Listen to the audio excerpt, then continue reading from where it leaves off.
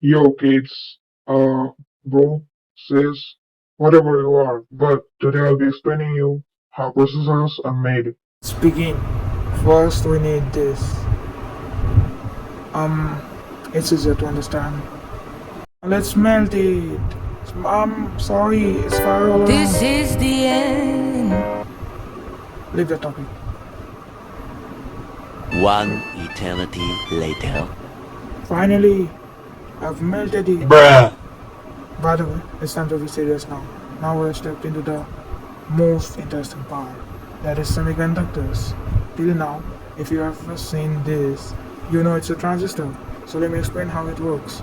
Here's the diagram of a transistor. The current always flows from the positive towards the ground. You can see that I'm not explaining blah. Here, the transistor has been noted using two diodes, one at the collector and the emitter, and the base it doesn't have, it's single base.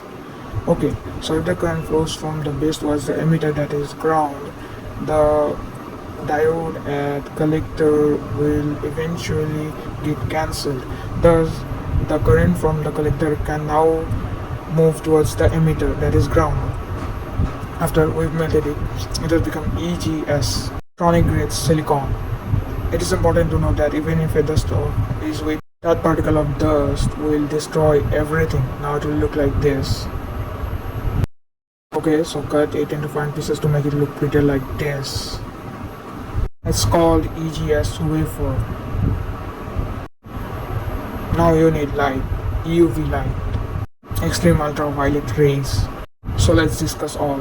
Here's the EM spectrum, where the UV rays have even shorter wavelength than UV rays. This light is used in a process called photolithography, the process similar to PCB etching but before. Moving on towards that, there are two types of companies that are involved in making processors, are fabless companies and foundries.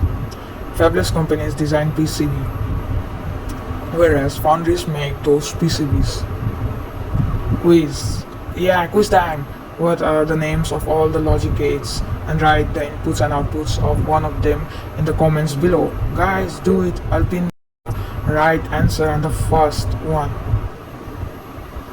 So, after fabless companies design the processors like foundries, like TSMC and Samsung uses the UV rays to likely kind of print the processors like this.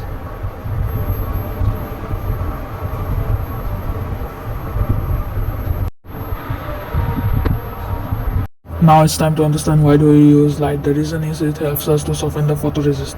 Here's a clear and easier diagram.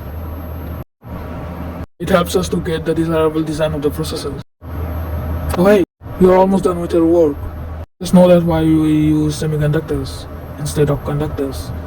The reason is computers only understand binary, the language of zeros and ones, where 0 stands for off, that is no current is flowing, and 1 stands for on, that is current is flowing.